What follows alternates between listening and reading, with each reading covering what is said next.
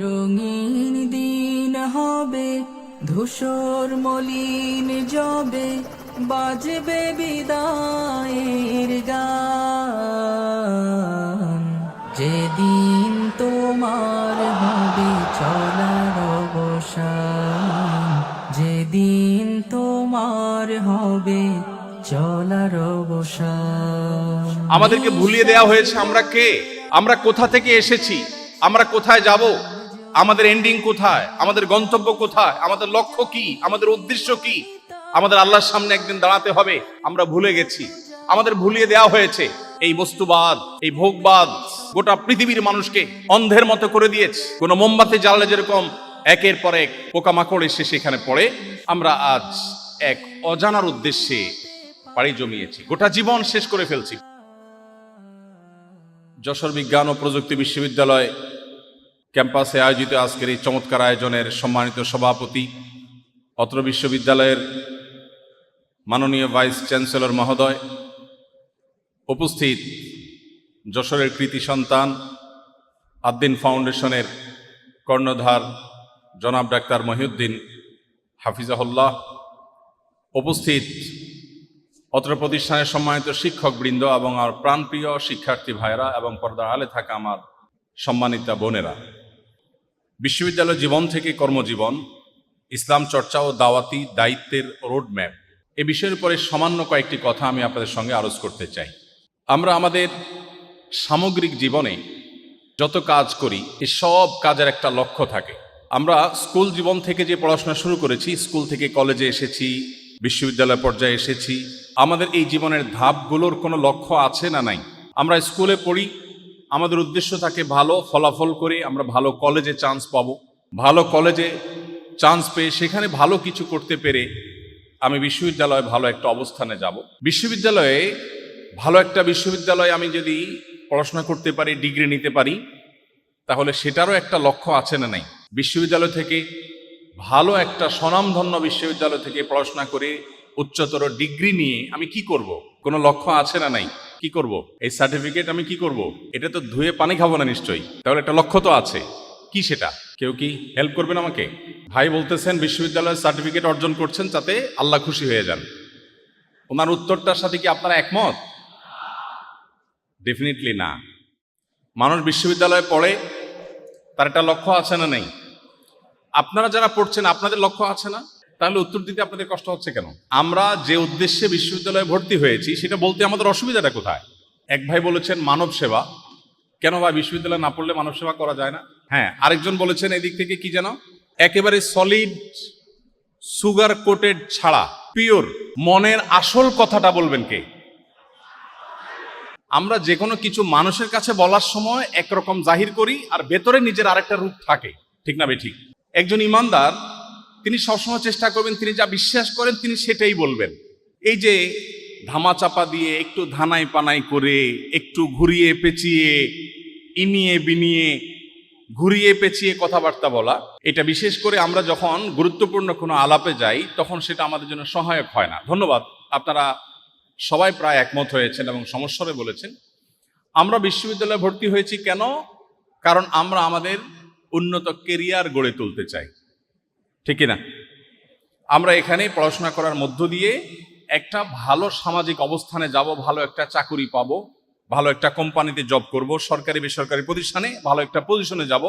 বিশ্ববিদ্যালয়ে পড়ুয়া না হলে, এখান থেকে উচ্চতর ডিগ্রি না নিলে আমি সেটা করতে পারবো না। তাহলে আমার বিশ্ববিদ্যালয়ে পড়ারও একটা লক্ষ্য আছে। লক্ষ্যটা তো পরিষ্কার নাকি? কি সেটা? উন্নত কেরিয়ার গড়া। এ ব্যাপারে কারো ভিন্নমত থাকলে হাত তুলতে পারেন। কারো কোনো ভিন্নমত আছে? আমরা বিশ্ববিদ্যালয়ে পড়ি বা সারা বিশ্বময় যে মানুষ পড়ে, মূলত এটা নিজের কেরিয়ারটাকে উন্নত করবার প্রয়োজনে, ঠিক কিনা বলেন? আচ্ছা, আপনি বিশ্ববিদ্যালয়ে পড়াশোনা শেষে একটা ভালো কোম্পানিতে জব করলেন, হ্যান্ডসাম একটা স্যালারি আপনি পাচ্ছেন, বড় সড়ো একটা চেয়ার পেয়েছেন, বিশাল পাওয়ার আপনি হোল্ড করছেন, অনেক কাজ করার সুযোগ পাচ্ছেন। আপনি যে কোম্পানির জব পেয়েছেন সেই কোম্পানিতে আপনি যে জব করছেন সেটা কেন করছেন? আমরা বিশ্ববিদ্যালয় থেকে এখন জবে চলে গেলাম, কর্মজীবনে প্রবেশ করলাম। তো কর্মজীবনে আমরা কেন যাচ্ছি? এক যুবক উত্তর দিয়েছে বিয়ে করার জন্য। মন্দ হয় নাই উত্তরটা, কারণ আপনার চাকরি না করলে তো মেয়ের বাবারা মেয়ে দিবে না।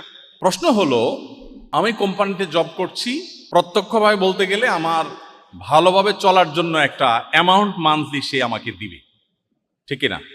আচ্ছা, মান্থলি আমাকে, আমি যে কোম্পানিতে জব করছি সেই কোম্পানি আমাকে মান্থলি যে একটা অ্যামাউন্ট দিবে, সেটা যেই ফিগারই হোক না কেন, খুব হ্যান্ডসাম ফিগারই ধরে নিলাম, এটা দিয়ে আমি কি করব?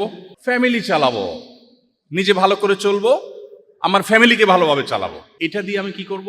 মানে ফ্যামিলি আমি কেন চালাবো বা আমি নিজে ভালোভাবে কেন চলবো? আমি কি বোঝাতে পারছি আপনাদেরকে? কোম্পানি আমাকে একটা হ্যান্ডসাম স্যালারি দিবে, সেটা দিয়ে আমি খুব ভালো করে খেয়ে পরে বেঁচে থাকবো, আমার ফ্যামিলিকে খুব ভালোভাবে জীবনযাপন করবার ব্যবস্থা আমি করব। এটা কি কারণে? মানে আমি কেন ভালোভাবে বেঁচে থাকবো, তারা ভালোভাবে বেঁচে থাকবে, এটার একটা লক্ষ্য থাকবে না? এই বেঁচে থাকাটার উদ্দেশ্যটা কি? আমি বোধহয় বুঝাতে পারিনি আপনাদেরকে। আপনারা কি আমার প্রশ্নটা বুঝতে পেরেছেন? আপনার জীবনের একেবারে চূড়ান্ত পর্যায়ে চলে আসছে, কর্মজীবনে প্রবেশ করেছেন। কর্মজীবনের এই যে সময়টা, এই সময়টাতে আপনি সরকারি বেসরকারি যে কোনো প্রতিষ্ঠানে কাজ করেন, আপনাকে একটা স্যালারি দিচ্ছে। এই স্যালারির বিনিময়ে আপনি তাকে সার্ভিস দিচ্ছেন। সারা জীবন স্কুলে যা পড়েছেন, কলেজে যা পড়েছেন, বিশ্ববিদ্যালয়ে যা পড়েছেন, এই সব পড়ার মূল উদ্দেশ্য হলো এই চাকরিটা, ঠিক কিনা বলেন? এই চাকরির পরে যে টাকাগুলো পাচ্ছেন, ওইটা দিয়ে আপনি নিজে বেঁচে থাকছেন, নিজের ফ্যামিলিকে বাঁচিয়ে রাখছেন ভালোভাবে। এই বেঁচে থাকাটা কিসের জন্য? আমরা বাস্তবতা বলি, আমাদের সমাজে যা দেখছি সে কথাটা আমরা যদি বলি, তাহলে সেক্ষেত্রে সত্যি বলতে পৃথিবীর বেশিরভাগ মানুষ জানে না সে কেন বেঁচে থাকে। পৃথিবীর বেশিরভাগ মানুষ জানে না কেন সে নিজের জীবনকে বাঁচিয়ে রাখে। আমি যদি এটাকে অন্যভাবে বলি, আপনারা যদি মনে কষ্ট না নেন, অনুমতি দেন, আমি এটাকে একটু ঘুরিয়ে বলি, এটার বাস্তব চিত্রটাকে তুলে ধরবার জন্য।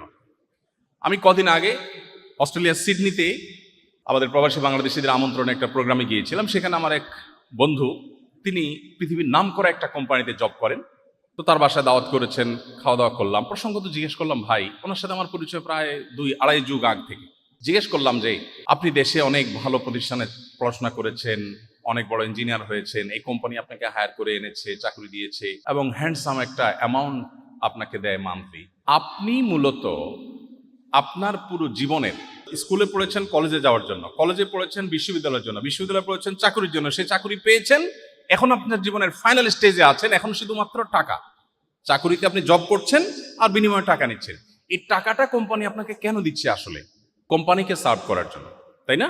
তাহলে ব্যাপারটা কি এরকম দাঁড়ালো না যে আমরা বিশ্ববিদ্যালয়ে পড়ে বা সমগ্র জীবন যা কিছু করেছি সব কিছু করে মূলত আমি একটা কোম্পানিকে, সরকারি বেসরকারি যে কোনো একটা প্রতিষ্ঠানকে আমি সার্ভ করার জন্য আমার পুরো জীবনকে উৎসর্গ করেছি। আমি কলেজে পড়েছি তার জন্য, স্কুলে পড়েছি তার জন্য, বিশ্ববিদ্যালয়ে পড়েছি তার জন্য, ক্যারিয়ার গড়েছি তার জন্য, বহু ট্রেনিং করেছি তার জন্য, বহু প্রশিক্ষণ নিয়েছি তার জন্য, বহু কিছু শিখেছি তার জন্য, নিজেকে স্মার্ট করেছি তার জন্য। এমনকি আমি রাতে যে ঘুমাই, সে ঘুমটা কেন ঘুমাই? কারণ দিনে আমাকে ডিউটি করতে হবে কোম্পানির জন্য। আমি যে খাই সেটা কেন খাই? কারণ না খাইলে আমি ডিউটি করতে পারবো না কোম্পানির জন্য। তাহলে দিন শেষে আমাকে কিছু টাকা দিয়ে কোনো একটা কোম্পানি তার ব্র্যান্ড ভ্যালু বাড়াচ্ছে, তার প্রতিষ্ঠানকে গ্রো করছে, পৃথিবীতে প্রতিষ্ঠিত করছে। আমি তার সার্ভেন্টের মতো, আমি তার পারপাস সার্ভ করার জন্য কিছু টাকা পাচ্ছি। সেই টাকা দিয়ে আমাকে আর আমার ফ্যামিলিকে সরল অর্থে বলতে গেলে ভালোভাবে বেঁচে থাকার ব্যবস্থা করেছে। আমি বেঁচে আছি কেন? তাকে সার্ভ করার জন্য।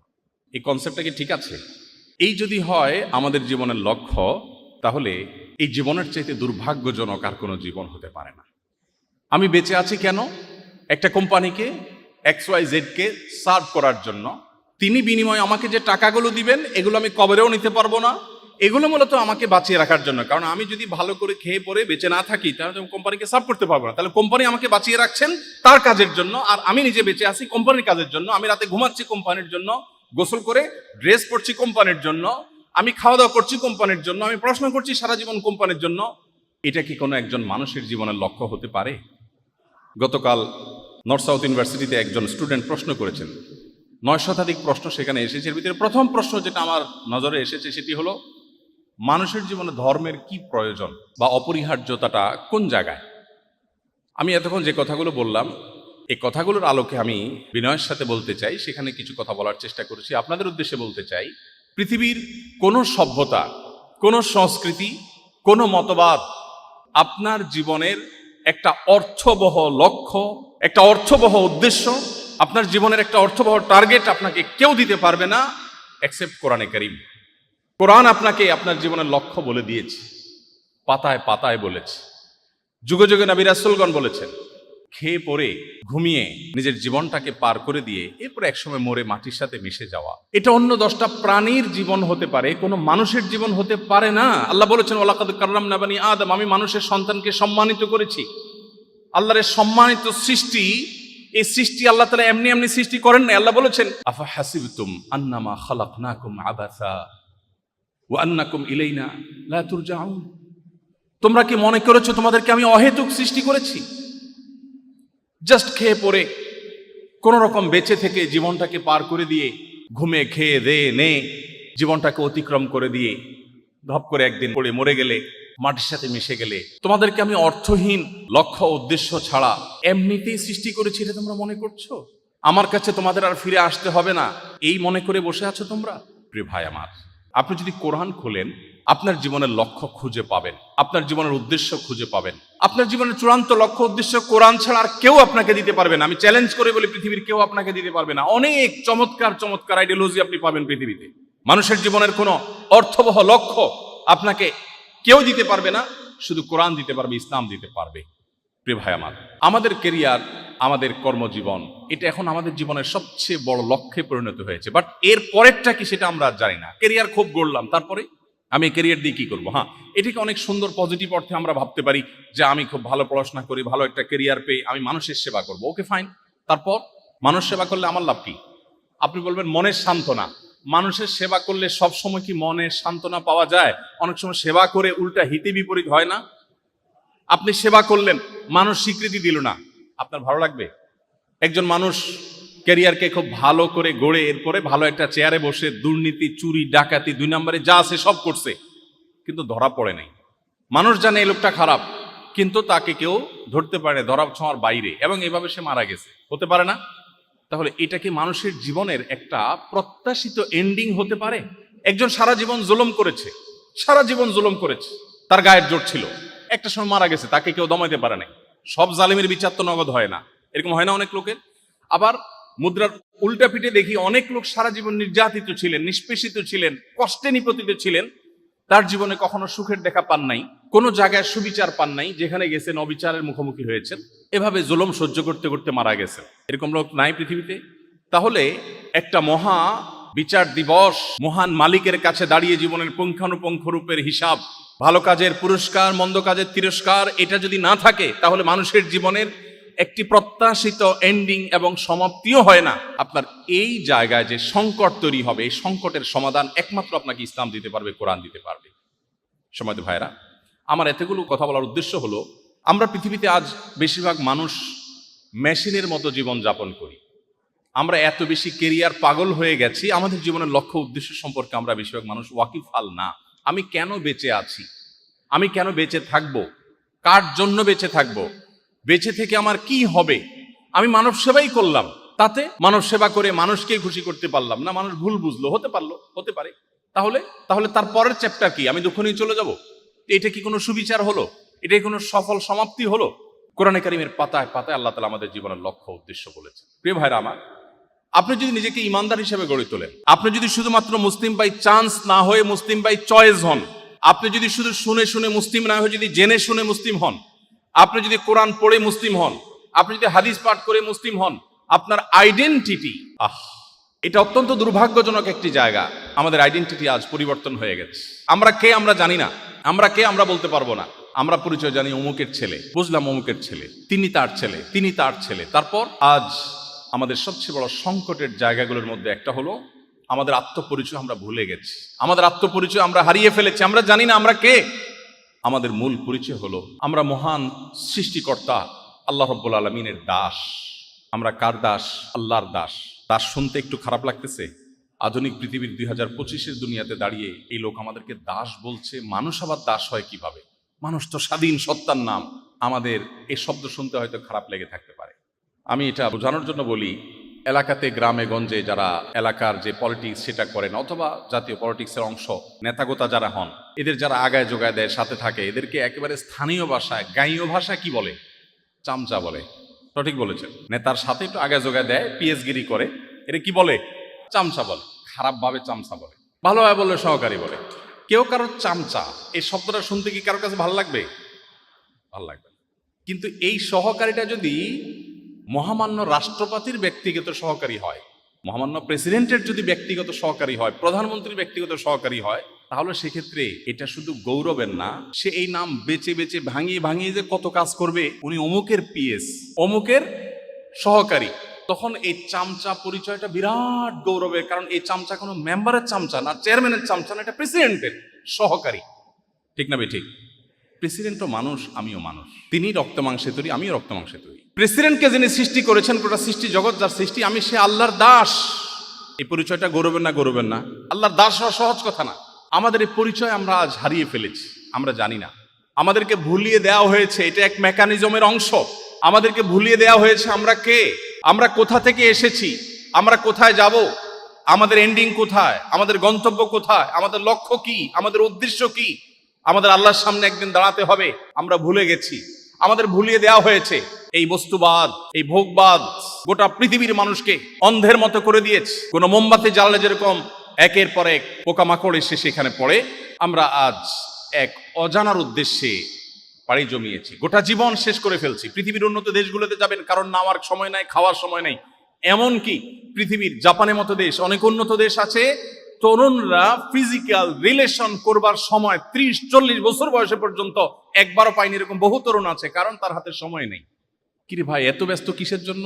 কিসের জন্য সেটা হয়তো তাকে জিজ্ঞেস করলে তিনিও বলতে পারবেন না। একটা চাকরি করছেন, একটু জব নিচ্ছেন, একটু ভালো ক্যারিয়ারে তিনি আছেন, ভালো ক্যারিয়ার গড়ে তোলার জন্য কাজ করছেন। বাট তারপরে কি, এই তারপরের কি, এটা তো জীবন লক্ষ্য হতে পারে না। এই জন্য দেখবেন যারা আল্লাহতে বিশ্বাসী না, যারা আখেরাতে বিশ্বাসী না, এই মানুষগুলো প্রচন্ড রকমের ডিপ্রেশন এবং ফ্রাস্ট্রেশনে ভোগে। দুর্ভাগ্যজনক সত্য যে আমাদের স্টুডেন্টরা, মুসলিমদের সন্তানরা, তরুণরা, আমরা অনেকে ফ্রাস্ট্রেশনে ভুগি, অনেকে আমরা দুশ্চিন্তায় ভুগি, আমরা অনেকে নানান হতাশায় ভুগি। কোরআন বলেছে, ওয়ালা ইয়াইআস মির রাউহিল্লাহি ইল্লাল কওমুল কাফিরুন, আল্লাহর রহমত থেকে আশা ছেড়ে দেওয়া, নিরাশ হওয়া, এটা শুধুমাত্র অবিশ্বাসী দ্বারা সম্ভব। কোন বিশ্বাসী মানুষ, কোন ইমানদার মানুষ, আল্লাহ এবং আখিরাতে বিশ্বাস করে, সে কখনো নিরাশ হতে পারে না। সে জানে সব কিছু আল্লাহর হাতে। আমার যদি দেয়ালে পিঠ ঠেকেও যায়, তারপর আল্লাহ সেখান থেকে আমাকে ব্যাক করাতে পারেন কি পারেন না। অতএব ইমানদার কখনো হতাশ হতে পারেন না। এই জন্য ইসলামে আত্মহত্যা কল্পনারও অতীত। কোন মুসলমান আত্মহত্যার কথা চিন্তাও করতে পারে না। যদি কেউ আত্মহত্যা করে, চিরকাল তাকে জাহান্নামে শাস্তি দেওয়ার কথা নবীজি বলেছেন। আর কঠোর কঠোর কথা বলেছেন। আত্মহত্যাকারী ব্যক্তির জানাজা খোদ নবীজি পড়েন নাই, এবং সমাজের ইমাম সাহেবরা পড়বে না, এবং এটা জঘন্য অপরাধ, এবং এটা শাস্তি নিশ্চিত জাহান্নাম। আরো কঠোর বার্তা নবীজি বলেছেন। কারণ মুসলমান কখনো আত্মহত্যা করতে পারে না, কারণ আত্মহত্যা ডিপ্রেশন থেকে আসে, এটা মুসলমান দ্বারা হতে পারে না। প্রিয় ভাইরা আমার, আমাদের জীবনের লক্ষ্য উদ্দেশ্য আমরা যদি ঠিক করতে চাই, তাহলে আমাদেরকে মুসলিম হতে হবে, আল্লাহর কাছে আত্মসমর্পণ করতে হবে, তাহলে জীবনের লক্ষ্য খুঁজে পাবো। আর যখন জীবনের লক্ষ্য খুঁজে পাবো, তখন জীবনের প্রতিটি নেগেটিভ বিষয়ের মধ্যে আপনি পজিটিভিটি খুঁজে পাবেন। প্রতিটি নেগেটিভ বিষয়ের মধ্যে পজিটিভিটি খুঁজে পাবেন। এবার আসুন, আমি একজন ইমানদারের আয়নায়, একজন ইমানদারের চশমায়, একজন ইমানদারের চোখে বিশ্ববিদ্যালয় জীবনকে, কলেজ জীবনকে একটু দেখার চেষ্টা করি। একজন মানুষ যখন তিনি বিশ্বাস করেন যে কোনো মুহূর্তে আমার মৃত্যু হবে, আল্লাহর সামনে দাঁড়াতে হবে, জীবনের প্রতিটি মুহূর্তে হিসাব দিতে হবে, আমি ভালো কাজ করলে আমার জন্য হবে, মন্দ কাজ হলে আমার উপরে আসবে। আল্লাহ কোরআনে বলেছেন, মান আমিলা সালিহান ফালিনাফসি, কেউ যদি ভালো কাজ করে তার নিজেরই লাভ, ওমান আসআ ফাআলাইহা, আর যদি কেউ খারাপ কাজ করে তার পরিণতি তাকেই ভোগ করতে হবে, অন্য কারোর কিছু হবে না। কোরআনের প্রতি অগাধ বিশ্বাস এবং পরিপূর্ণ ঈমানের জায়গা থেকে একজন মানুষ যদি স্কুলে পড়েন, তার উদ্দেশ্য হবে ভালো কলেজে যাব, ভালো কলেজে পড়ে ভালো বিশ্ববিদ্যালয়ে যাব, ভালো বিশ্ববিদ্যালয়ে যাই ভালো পড়াশোনা করে আমি মানুষের সেবা করে আল্লাহর কাছ থেকে বিনিময় আশা করব। মানুষের সেবা করার পর মানুষ যদি আমাকে কোনো স্বীকৃতি নাও দেয়, ডাজ নট ম্যাটার, আল্লাহ তো ভুল করবেন না, তিনি আমাকে স্বীকৃতি দিবেন। জীবনের একটা অর্থ খুঁজে পাওয়া যায় কি যায় না? যায় কি যায় না? প্রিয় ভাই আমার, আমি আপনাদেরকে আহ্বান করব ইসলামে পরিপূর্ণভাবে প্রবেশ করবার। আপনি হয়তো বলবেন, আমি তো মুসলমান আছি, আমি মুসলমান আছি নামকা ওয়াস্তে, আমি মুসলমান আছি বাই চান্স, মুসলমান আছি আমি না জেনে না বুঝে, মুসলমান আছি আমি জন্মসূত্রে। আমি আপনাকে বুঝে শুনে মুসলিম হওয়ার আহ্বান করছি। ইসলামের চাইতে যৌক্তিক জীবনের কোনো লক্ষ্য উদ্দেশ্য, জীবনের কোনো টার্গেট, জীবনের চূড়ান্ত এবং সুন্দর প্রত্যাশিত কাঙ্ক্ষিত এক্সপেক্টেড পরিণতি, এন্ডিং, সমাপ্তি আপনাকে আর কেউ দিতে পারবে না। এই জন্য আপনাকে ইসলামে আসতে হবে। ইসলামে আসার সবচেয়ে বড় সুফলগুলোর মধ্যে থেকে একটা হলো, যেটা আমি একটু আগে বললাম, ইসলামে আসার পর আপনার জীবনে আর হতাশা কাজ করবে না, হতাশা কোনোভাবে আপনাকে স্পর্শ করবেই না। একজন সাহাবী খেজুর খাচ্ছিলেন, খেজুর হাদিসটি আপনারা শুনেছেন অনেকেই। কোথায় খেজুর খাচ্ছিলেন? রণাঙ্গনে, যুদ্ধক্ষেত্রে, জীবন মৃত্যুর খেলা চলছে যেখানে, এক সেকেন্ডের এদিক সেদিক হলে গর্দান উড়ে যাবে, সেই জায়গায় তিনি নবী সাল্লাল্লাহু আলাইহি সাল্লামের হাদিস তার কানে আসলো, আল্লাহর রাহে যদি কেউ তার জীবন দেয়, শাহাদাতের মর্যাদা যদি পায়, তো সে জান্নাতে যাবে, আল্লাহর সঙ্গে সাক্ষাৎ হবে। পুটলিতে যে থাকা খেজুরগুলো, এগুলো তার কাছে বোঝা মনে হলো, এগুলো ছুঁড়ে ফেলে দিলেন। যেগুলো খাওয়ার সময় কই, গভীর রণাঙ্গনের একেবারে ভিড়ের মধ্যে প্রবেশ করলেন, লড়াই করতে করতে শাহাদাত বরণ করলেন। প্রিয় ভাই আমার, আপনি যখন মুসলিম হতে পারবেন তখন আপনি বিপদকে এনজয় করবেন, আপনার কষ্টকে আপনি এনজয় করবেন। প্রচন্ড কষ্ট চলছে, আপনার সামনে হাদিস হাজির হবে। নবীজি বলেছেন, তিরমিজিতে বর্ণিত হয়েছে, তিনি বলেছেন, আসাদুন নাসি বালাআন আল আম্বিয়া ফাল আমসাল সুম্মাল আমসাল। সবচেয়ে বেশি বিপদগ্রস্ত ছিলেন নবী রাসূলগণ, আপনি কি তাদের অনুসারী? সো আপনার জীবনে বিপদ আসবেই। আপনার সামনে আরেকটি হাদিস আসবে, নবীজি সাল্লাল্লাহু আলাইহি সাল্লাম বলেছেন, ইন্নাল্লাহা ইযা আহাব্বা কওমান ইবতালাহুম। আল্লাহ যখন কোনো সম্প্রদায়কে ভালোবাসে, তাকে পরীক্ষার মধ্যে ফেলেন, বিপদে ফেলেন। আপনার কাছে বিপদটাও এনজয় করার মতো একটা বিষয় হবে। আপনার জীবনে নেগেটিভ জিনিসের মধ্যে আপনি পজিটিভ জিনিস খুঁজে পাবেন। কোনো বিপদ হয়েছে, আপনি নিশ্চিত হবেন, আল্লাহর হুকুম ছাড়া, আল্লাহর নির্দেশ ছাড়া আমার জীবনে কিছু ঘটে না, আল্লাহর ইলমের বাইরে কিচ্ছু হয় না। সো এই বিপদের মধ্যে আমার কোনো কল্যাণ আছে, আমি নিশ্চিন্তে সেটাকে মেনে নেই, গভীরভাবে বিশ্বাস করি। আপনি সেটাকে এনজয় করবেন, ভালো লাগবে। আর ঈমান যদি না থাকে, আপনি জাস্ট বলবেন, ও স্যাড, ব্যাস। এরপর আপনার সান্ত্বনাকে, আপনি রোগাক্রান্ত, মর্মপীড়ায়, শারীরিক পীড়ায় আপনি ভুগছেন, আপনি খুব কষ্টে আছেন, কিন্তু আপনি জানেন, নবীজি বলেছেন, ইমানদার যদি তার পায়ে একটা ছোট কাঁটাও বিদ্ধ হয়, ছোট একটা কাঁটাও যদি ফুটে, এবং সে যদি সবর করতে পারে, কাঁটা ফুটেছে, কাঁটা 14 গোষ্ঠী ধরে গালিগালাজ করে নাই, সে সবর করেছে, আল্লাহর কাছ থেকে সে রিওয়ার্ড পাবে, বিনিময় পাবে। তাহলে আমার এই বিপদে আমি যদি সবর করি, আল্লাহর কাছে বিনিময় পাবো। কোরআনে কারিমে আল্লাহ বলেছেন, ইন্নামা ইউওয়াফাস সাবিরুনা আজরাহুম বিগাইরি হিসাব। একটি আমল আছে, যে আমলের বিনিময়ে আল্লাহ তাআলা ব্ল্যাঙ্ক চেক দিবেন। ব্ল্যাঙ্ক চেক, ব্ল্যাঙ্ক চেক তো বুঝি আমরা, ফিগার আপনি বসায় নেবেন, স্বাক্ষর উনি করে দিয়েছেন, অ্যাকাউন্টে টাকার অভাব নাই, তুমি ফিগার বসায় নাও। একটা আমলের বিনিময়ে শুধু কোরআনে আল্লাহ তাআলা বলেছেন, আখিরাতে বান্দাকে আল্লাহ ব্ল্যাঙ্ক চেক দিবেন। একটি আমল, অনলি একটি আমল। বলবো সেটা? আল্লাহ বলেছেন, ইন্নামা ইউওয়াফাস সাবিরুনা আজরাহুম বিগাইরি হিসাব। যারা সবর করতে পারবে, ধৈর্যশীল হবে, আশাহত হবে না, ভেঙে পড়বে না, মুষড়ে পড়বে না, শক্ত থাকবে, আল্লাহর প্রতি আস্থা রাখবে, ভরসা রাখবে, আত্মবিশ্বাস থাকবে এবং সবর করবে, আল্লাহ বলেছেন তাদের বিনিময়ে দেওয়া হবে হিসেব ছাড়া। এই জন্য ভাই, আপনি যদি ইসলামে আসেন, আপনি যদি ইসলামটাকে বোঝার চেষ্টা করেন, আপনি যদি ইসলামটাকে মানার চেষ্টা করেন, তখন আপনার ক্যারিয়ারটাকে আপনি দারুণভাবে এনজয় করবেন। আপনার প্রমোশন হলো না, ক্যারিয়ারে আপনার প্রমোশন হলো না, আপনি খুব সৎ অফিসার, কিন্তু প্রমোশন হলো না। বেঈমানের কাছে কোনো সান্ত্বনা আছে? যার আখিরাতের প্রতি বিশ্বাস নেই, তার কাছে কোনো সান্ত্বনা আছে? আমি একজন সৎ মানুষ, বাট প্রমোশন হয় নাই, মানে ইচ্ছে বড় ট্র্যাজেডি আর কি হতে পারে? আপনার কাছে তো ইচ্ছে কষ্টের কিছু, আপনি শেষ হয়ে যাবেন ভিতরে ভিতরে ঘুরে ঘুরে, তার কোনো সান্ত্বনা আছে? ইমানদারের সান্ত্বনা আছে না নাই? আছে না নাই? আমার টার্গেট ছিল, আমি প্রশাসনের সর্বোচ্চ লেভেলে যাব, আমি পড়াশোনা করে ভালো একটা জায়গায় যাব, যে আমি দুর্নীতিকে জাদুঘরে পাঠাবো, এদেশে মানুষের মুখে হাসি ফোটাবো, আমি অপ্রশাসনের বিরুদ্ধে সংগ্রাম করব, আমি সমাজে উদাহরণ হব, আমি মানুষের জন্য কাজ করব। এটা জীবনের সার্থকতা। ভোগবাদ এটা জীবনের সার্থকতা না। ভোগ করে সুখে থাকা, এটা তো গরু ছাগলও পারে, পশু পাখিও পারে। ভোগবাদের বিপরীতে দাঁড়িয়ে ত্যাগের মধ্য দিয়ে মানুষের মুখে হাসি ফোটানো এবং তার বিনিময়ে আবার আল্লাহর কাছ থেকে রিওয়ার্ড আসা, এটা তো আমার জীবনে অনেক বড় একটা টার্গেট। এই টার্গেট যদি আমি ফুলফিল নাও করতে পারি, আমার প্রমোশনই হলো না, চাকরিটাই হলো না, জায়গা মতো যেতেই পারলাম না, ইমানদারের সান্ত্বনার জায়গা হলো, নবীজি বলেছেন, মান হাম্মা বিহাসানাতিন ফালাম ইয়ামালহা।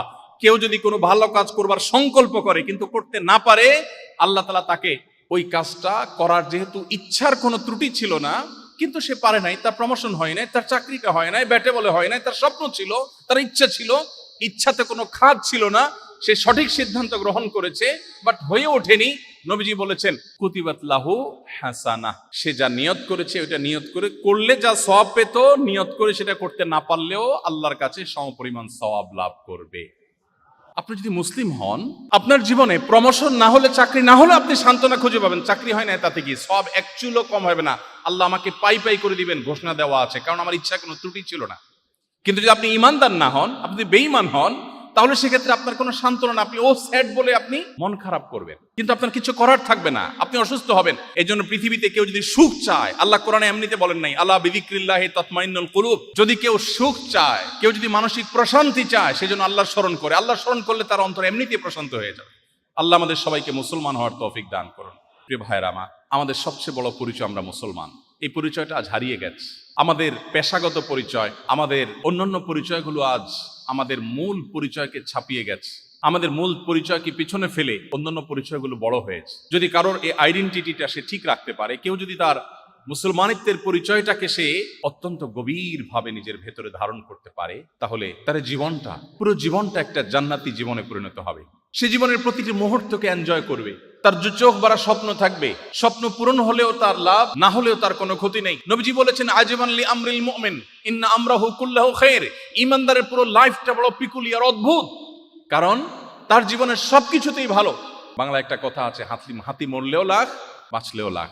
ঈমানদারের জীবনটা এরকম। নবীজি বলেছেন, ইন আসাবাহু খায়রুন, ঈমানদারের জীবনে যদি কোনো অ্যাচিভমেন্ট হয়, শাকারা, সে আল্লাহ শুকরিয়া আদায় করে, বিনিময়ে সে আল্লাহর কাছে রিওয়ার্ড পায়। একদিকে সে পাইলো, আপনি পড়াশোনা করেছেন, চাকরিটা জায়গা মতো পাইলেন, আল্লাহ আপনাকে বড় পদে বসাইলেন, আপনার প্রত্যাশার চাইতে বেশি দিলেন, আপনি আল্লাহর কাছে শুকর আদায় করে বললেন, আল্লাহ তোমার কৃতজ্ঞতা আদায় করছি, তুমি আমাকে দিয়েছো, তুমিই দিয়েছো। তাহলে একদিকে পাইলেন, আবার আল্লাহ শুকরিয়া আদায় করলেন, শুকরিয়ার বিনিময়ে সওয়াব আছে না নাই?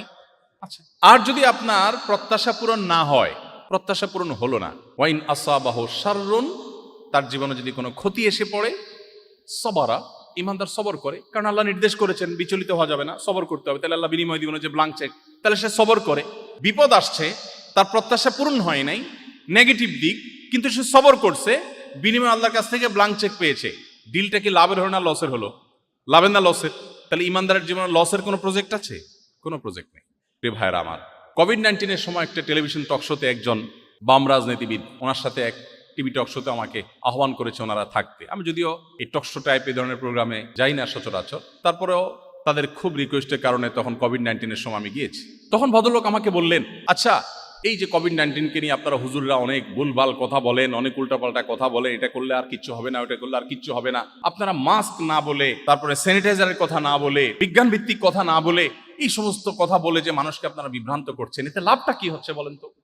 তো আমি বললাম ওনাকে যে দেখেন, একজন মানুষ তার জ্ঞান, গবেষণা এবং অভিজ্ঞতা দ্বারায় প্রমাণিত হয়েছে এটা তার জন্য লাভজনক, তখন সেটা গ্রহণ করতে ইসলাম নির্দেশ করে। কোনোটা ক্ষতিকর হলে সেটা থেকে বিরত থাকতে ইসলাম নির্দেশ করে। অতএব আমার মাস্ক এবং স্যানিটাইজেশন এটা যদি আমার জন্য, স্বাস্থ্যের জন্য ভালো হয়, এটা প্রমাণিত, তাহলে এটা আমাকে ধারণ করতে হবে, ইসলাম সেটা বলে। কোনো আলেম যদি এগুলো ফেলে দিতে বলে, দিয়ে তাওয়াক্কুল করতে বলে, এটা ইসলাম বলে না, এটা ইসলামের ওই আলেমের ব্যক্তিগত মত হতে পারে। তবে আলেম যে তাকে আল্লাহর উপর ভরসা দিচ্ছে, আল্লাহর ভরসার কথা বলছে, এটার লাভ হলো এর ফলে সে প্রচন্ড একটা মানসিক শক্তি পায়, যেটা আপনি একজন অবিশ্বাসী হলে পাবেন না। আমি সব ব্যবস্থা গ্রহণ করার পরে বলি, আরে মাস্ক তো পড়লাম দামিটা, সবই ঠিক করলাম, কিন্তু হবে কি হবে না রোগ, এটা আল্লাহর হাতে, অতএব আল্লাহ ভরসা। এই যে কনফিডেন্ট তার মধ্যে চলে আসে, আপনার তো কনফিডেন্টের জায়গা নাই। আল্লাহ কোরআনে বলেছেন, যালিকা বিআন্নাল্লাহা মাওলাল্লাযীনা আমানু আন্নাল কাফিরিনা লা মাওলা লাহুম। ঈমানদারদের একজন অভিভাবক আছে। ঈমানদারের একজন কি আছে? অভিভাবক আছে। যে অবিশ্বাসী কাফের, তার কোনো অভিভাবক নেই, তার কোনো যাওয়ার জায়গা নেই। ঢাকা বিশ্ববিদ্যালয়ের একজন শিক্ষক আমাকে কোনো একটা প্রোগ্রামে বলছিলেন, ব্যক্তিগতভাবে না, আমি ওই প্রোগ্রামে ছিলাম। তিনি বলছিলেন যে আমার এক স্টুডেন্ট, মুসলমানের ছেলে, হঠাৎ নাস্তিক হয়ে গেছে। বলে যে ধর্মকর্ম আমার ভালো লাগে না, আমার মনে হচ্ছে এগুলো মানুষ বানানো। তো ছেলেকে কিছু বোঝানোর চেষ্টা করলাম, কিন্তু সে খুবই অ্যারোগ্যান্ট, কোনোভাবে বোঝার চেষ্টা করলো না, এবং সে নাস্তিক্যবাদের উপরে তার দিনাতিপাত করা শুরু করলো। হঠাৎ অনেকদিন পরে দেখলাম সে আবার নামাজ কালাম ধরছে। বললাম, কিরে বাবা, তুমি না নাস্তিক হয়ে গেছো? বলে, স্যার আবার আমি ইসলামে আসছি। বলে, ব্যাপার কি, কি বুঝে ইসলামে আসলা? তোমার এত বুঝালাম। তখন এখনো তিনি ঢাকা ইউনিভার্সিটির টিচার আছেন। তখন তিনি বললেন যে আমাকে ও বললো, ওই ছেলেটা বললো, স্যার সত্যি বলতে কি, আমার কাছে সবই অহেতুক এবং মিছে মনে হয়েছে, কিন্তু নাস্তিক্যবাদে যাওয়ার পর আমি জীবনের কোনো মানে খুঁজে পাচ্ছিলাম না। আমি কেন বেঁচে আছি? আমার জীবনের লক্ষ্য কি, উদ্দেশ্য কি? খেয়ে পরে বেঁচে থাকে, গরু ছাগল তো বেঁচে থাকে, তো আমার আর তার মধ্যে পার্থক্য কি? সেও মাটি হয়ে যাবো, আমি মাটি হয়ে যাবো, তো আমার আর তার মধ্যে ডিফারেন্সটা কোথায়? আর সবচেয়ে বড় কষ্টের জায়গা হলো স্যার, তার বক্তব্য, আমি কিছু কিছু সিচুয়েশনে এসে অনেক মনোবেদনায় ভুগি। একান্তে একটু কারোর সাথে কথা বলতে মন চায়, একটু মন খুলে কারোর সাথে আলাপ করব, দুঃখের কথা কারোর সাথে শেয়ার করব, অনেক মন চায়। কিছু কথা আছে না ভাই, পৃথিবীর কারোর কাছে বলে শান্তি নেই, আছে না? বইয়ের কাছে বলেও শান্তি লাগে না, বাপমার কাছেও না, বন্ধু বান্ধবের কাছেও না। এরকম কিছু সিচুয়েশন আসলে মানুষের জীবনে মনে দুঃখ, কষ্ট, একান্তে একটু কথা বলতে চায়। তো সে যুবক বলল, স্যার আমি সেই মানুষটাকে বা সেই সত্তাটাকে খুঁজছিলাম, কার কাছে একটু মন খুলে কথা বলবো, বাট আমি যখন নাস্তিক হয়ে গেলাম, আমি কোনো অবলম্বন পাচ্ছিলাম না, কাকে বলবো? কোনো মানুষের কাছে বলে আমি শান্তি পাচ্ছিলাম না। আমি সেজন্য ইসলামে ফিরে আসলাম। এখন আমার কোনো দুঃখ, কোনো বেদনা যে কারোর সাথে শেয়ার করবার মতো না, সেটা আমি তাহাজ্জুদে দাঁড়িয়ে নামাজের সেজদায় গিয়ে বিড়বিড় করে মনের গভীর থেকে যখন আমার সৃষ্টিকর্তাকে স্মরণ করে আল্লাহর উদ্দেশ্যে নিবেদন করি, আল্লাহর সঙ্গে কথা বলি, আমি খুব প্রশান্তি অনুভব করি। আমি খুব শান্তি পাই, আমার মনের এই সুখটা পৃথিবীর কোনো শক্তি আর দিতে পারবে না, এটা নিশ্চিত হয়ে গেছে। সেজন্য আমি ইসলামে ফিরে এসেছি। ভাইরা আমার, আপনাদের কেরিয়ার, আপনাদের শিক্ষা জীবন থেকে কর্মজীবন পর্যন্ত, আপনার ধর্মীয় পরিচয়, আপনার দাওয়াতি রোড ম্যাপ, এই সব কিছু নির্ভর করে আপনার আইডেন্টিটির উপরে। হু আর ইউ, আপনার পরিচয়টা আসলে কি? আমাদের পরিচয়, আমরা গোলাম, আল্লাহর গোলাম। কার গোলাম? আল্লাহর গোলাম। আমরা এসেছি, আমাদের সৃষ্টি করেছেন কে? আল্লাহ। আমাদের জীবনের সব কিছু কার নিয়ন্ত্রণে? আমরা কার কাছে ফিরে যাব? ইন্না লিল্লাহ, ইন্না লিল্লাহ। আমরা সবাই কার? আল্লাহর। ওয়া ইন্না ইলাইহি রাজিউন, আমরা সবাই ফিরে যাব কার কাছে? আল্লাহর কাছে। এটা একটা চেতনা। এই চেতনা যদি আপনার হৃদয়ের গভীরে আপনি গেঁথে ফেলেন, আপনাকে আমার আর রোড ম্যাপ দিতে হবে না। রোড ম্যাপ আপনি নিজে খুঁজে পাবেন। কোরআন আপনাকে বলেছে এই পথে চলো, আপনি চলবেন। আপনাকে বলেছে এই পথে চলুন, আপনি চলবেন না। কোরআন বলেছে এটা খাও, আপনি খাবেন। কোরআন বলেছে এটা খাবে না, আপনি খাবেন না। কারণ আল্লাহ আপনাকে গাইড করছেন কোরআনের মাধ্যমে। কারণ আল্লাহ আপনাকে জান্নাতে নিতে চান। এই কোরআন আপনাকে জান্নাতের পথে গাইড করবে। শুধু জান্নাত নয়, দুনিয়াতে আপনাকে সুখ এনে দিবে, প্রশান্তি এনে দিবে। আপনার হয়তো সহায় সম্পদ থাকবে না, হয়তো বা আপনার কাঙ্ক্ষিত জিনিস হাসিল হবে না, কিন্তু সুখটা হবে। আমাদের অনেক তরুণ আছে, বিশেষ করে আপনারা সেই স্টেজ পার করে আসছেন, এসএসসি, এইচএসসি, এই লেভেলে যে ছেলেফেলেরা পরীক্ষা দেয়। অনেক ছেলেফেলে আছে পরীক্ষায় ভালো ফলাফল করার জন্য অনেক চেষ্টা করে, পড়ালেখা করে, কিন্তু তার লক্ষ্য একটু ডিফারেন্ট। কিরকম? মা সারাদিন জ্বালাতন করে, ডিস্টার্ব করে, তোর সাথে একই সাথে পড়ে, পাশের ফ্ল্যাটে সামিয়া, ও মেয়ে হয়ে তোর চেয়ে ভালো রেজাল্ট করে, তুই এত খারাপ রেজাল্ট করস কেন? অথবা ছেলে, বেশিরভাগ মায়েদের একটা কমন কথা আছে, ওর পাওটা ধুয়ে পানি খেতে পারস না? বলে না মারা, ওর পাওটা ধুয়ে পানি খাইস, তোর সাথে একসাথে পড়ে, ও এত সুন্দর রেজাল্ট করে, তুই কি করস? তখন জেদ হয়। তখন কি হয়? জেদ হয়। এবার ভালো করে পড়ালেখা ধরে। কেন? কারণ সামিয়ার মাকে দেখাই দিতে হবে, পাশে বাসার আন্টিকে দেখাই দিতে হবে, বা নিজের মাকে দেখাই দিতে হবে। আচ্ছা বলেন তো, মানুষ যা চায় তার সব কি হয় পৃথিবীতে? হয় না। এখন ব্যাটে বলে হলো না, ফলাফলটা প্রত্যাশিত হলো না, তাহলে এর আর কোনো সান্ত্বনার জায়গা আছে? এই জন্য দেখবেন এসএসসি, এইচএসসি ফলাফল প্রকাশ হবে, অনেকে আত্মহত্যা করে, ডিপ্রেসড হয়ে যায়। কিন্তু একজন ইমানদার, সে তো কাউকে দেখাবার জন্য করবে না। সে বলবে আমি ভালো কিছু করতে চাই, ভালো কলেজে যাই, ভালো বিশ্ববিদ্যালয়ে যাই, আমি দেশটাকে কিছু দেব, আমার আল্লাহর কাছ থেকে রিওয়ার্ড পেতে চাই।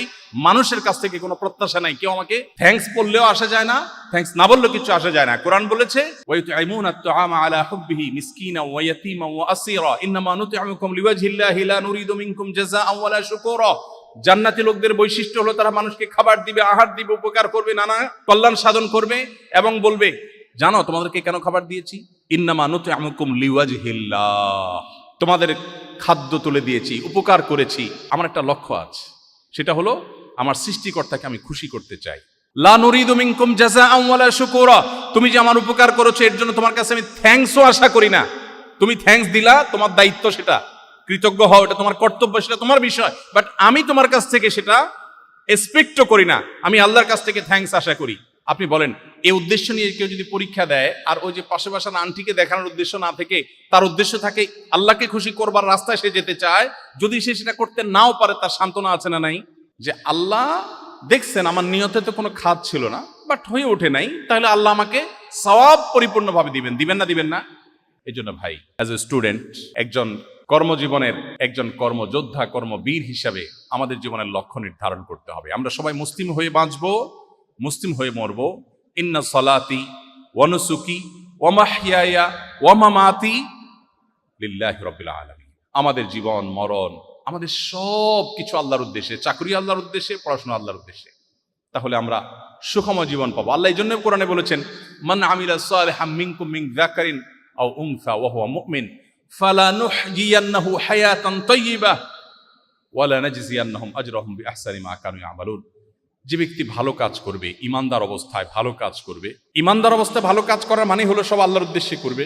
আল্লাহ বলেছেন তাকে আমি পৃথিবীতে একটা চমৎকার পবিত্র জীবন দিব, সৌভাগ্যের জীবন দিব।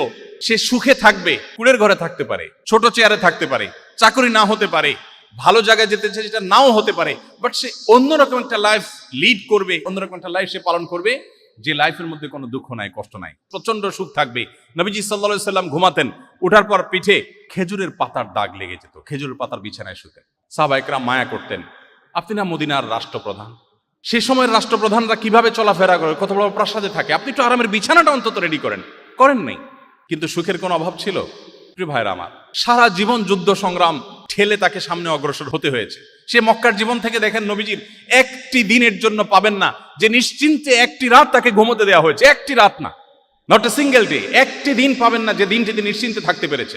আজকে বদর তো কালকে উহুদ, কালকে খন্দক তো একদিন খায়বার, আজকে মক্কার মসজিদরা আসছে তো মদিনা মুনাফিকরা ডিস্টার্ব করছে, কখনো বেদুইনরা হামলার চক্রান্ত করছে, সারাটা জীবন গেছে বাধায় বাধায়, কিন্তু একটিবারের জন্য নবীর জীবনে আপনি খুঁজে পাবেন না, আমি চ্যালেঞ্জ দিয়ে বলতে পারি একটি জাল হাদিস দেখাতে পারবেন না কোন সাহাবী কি তিনি বলেছেন সরো তো আমার মনটা এখন অনেক খারাপ, মেজাজটা এখন একটু গরম আছে, এখন সরো। একটা জাল হাদিস আপনি দেখাতে পারলে আপনাকে আমি পুরস্কার দেব। কোন অমুসলিম, কোন ইসলাম বিদ্বেষী, মুসলিমদের প্রতি বিদ্বেষাকে এরকম কোন ইতিহাসের রচয়িতা, ইতিহাসের এমন কোন একটা কথা বের করতে কেউ পারে নাই, পারবে না যে মুহাম্মদ সাল্লাল্লাহু আলাইহি সাল্লামের জীবনে কখনো এরকম ডিপ্রেশন, এরকম হতাশার মধ্যে এক সেকেন্ডের জন্য কেউ তাকে দেখেছে। জীবনের এত হতাশার মধ্যে একটা মানুষ এমন ভাবে চলেছেন, যার সাথে কথা বলেছেন মুস্কি হাসে কথা বলেছেন, প্রত্যেকটা লোক মনে করতে উনি আমাকে সবচেয়ে বেশি ভালোবাসেন, সবাইকে খুব আপন করে নিতে পারতেন। এত বাধার মধ্যে, এত বিপত্তির মধ্যে, খেজুর পাতার বিছানার মধ্যে শুয়ে পেট ভরে কোনোদিন একটি বেলার জন্য উদরপূর্ণ করে খাবার খাওয়ার সুযোগ পান নাই, ক্ষুধার কারণে পেটে পাথর বাঁধতে হয়েছে এবং একের পর এক বাধা বিপত্তির মুখে পড়তে হয়েছে, গর্তে, গুহায়, হেরা গুহাতে, গারে সৌরে পালিয়ে আশ্রয় নিতে হয়েছে, শত্রুর মোকাবেলা করতে হয়েছে। এত বাধার পরও জীবনে একটিবারের জন্য তার কোনো সহচর, শত শত হাজার হাজার লাখো সাহাবী, তার পরিবারের সদস্য কারোর কাছ থেকে একটিবারের জন্য পাওয়া যায় না তিনি বলেছেন ও শরত আমার এখন মেজাজটা গরম আছে। আমরা বলি, আমি বলি, আপনি বলেন, তিনি বলেন নাই। কি সেই সুপ্ত শক্তি ছিল তার মুখে সবসময় হাসি ঝুলিয়ে রাখতো? এত বাধার পরেও একটা লোক সুখে কিভাবে থাকতে পারে? সেই সিক্রেটটা হলো কোরআনে কারীম, সেই সিক্রেটটা হলো হাদিসে রাসূল, সেই সিক্রেটটা হলো ইসলাম। সেই ইসলামের ছায়াতলে যদি আমি আসি, আমরা যদি সেই পরিচয়কে ধারণ করি, সেটাকে সমুন্নত করে ধরে রাখি, সেটাকে উঁচু করে ধরে রাখি, পৃথিবীর কোনো কিছু লাগবে না আমাদের সুখ এবং মানসিক প্রশান্তির জন্য। নবীজি সাল্লাল্লাহু আলাইহি সাল্লাম সেই জন্য বলেছেন লাইসাল গিনা বিকাসরাতিল আরদ, অনেক সম্পদ আহরণ করলে মানুষ সুখী হয় না। আমাদের কাছে অনেক মানুষ আসে, অনেক পয়সা করি, অনেক পদ পদবি আছে, প্রতিনিয়ত আসে, সব সময় আমার কাছে কম বেশি এই ধরনের কেস আসতে থাকে। পাওয়ারফুল পলিটিশিয়ান, মানুষ অনেক কিছু মনে করে জানে, পাওয়ারফুল ব্যবসায়ী, অনেক প্রভাব প্রতিপত্তি, মনের বেদনার কথা মাঝে মধ্যে আমাদের মতো হুজুরদের কাছে এসে শেয়ার করে, চোখের পানি অঝোর ধারা ফেলতে থাকে। নবীজি এই কথাটাই বলেছেন, অনেক সম্পদ আহরণ করে ফেললে মানুষ সুখী হয় না। ওয়ালাকিন্নাল গিনা গিনান নফস, মানসিকভাবে কেউ যদি সুখী হতে পারে, মনের দিক থেকে কেউ যদি সুখী হতে পারে, অন্তরটা যদি আল্লাহর জন্য সঁপে দিতে পারে, নিবেদন করতে পারে, সেই শুধু সুখী হয়। আমরা সবাই মুসলিম হওয়ার চেষ্টা করবো তো ইনশাআল্লাহ। আমাদের আইডেন্টিটি, আমাদের আত্মপরিচয় যদি আমরা খুঁজে পাই, আমরা যদি সে পথে থাকতে পারি, আমার কর্মজীবনের দিক নির্দেশনা, আমার ছাত্র জীবনের দিক নির্দেশনা আমাকে কোরআন দিবে, হাদিস দিবে, সেটাকে আমি আমার মাথা পেতে নেব। আমরা সবাই চেষ্টা করবো তো ইনশাআল্লাহ। আমি একটু সংক্ষেপ করে বলতে চেয়েছিলাম, কিন্তু লম্বা হয়ে গেছে। আল্লাহ তাআলা আমাদেরকে বোঝার তৌফিক দান করুন, আমাদের জীবনের লক্ষ্য খুঁজে পাওয়ার তৌফিক আল্লাহ তাআলা দান করুন, খাঁটি মুসলিম হওয়ার তৌফিক দান করুন। আমার সবচেয়ে বড় পরিচয় আমার মুসলমানিত্বের পরিচয়, অন্যদের সমস্ত পরিচয় আমার কাছে একটি ছোট পরিচয়। অতএব ওই পরিচয়টাকে আমি বড় করে ধরে রাখলে আমাকে গাইড করবে কোরআন, আমাকে গাইড করবে হাদিস, আমি সুখ পাবো দুনিয়াতে এবং আখিরাতে। আল্লাহ আমাদের সবাইকে আমলের তৌফিক দান করুন। আস-সুন্নাহ ফাউন্ডেশন, উম্মার স্বার্থে সুন্নাহর সাথে।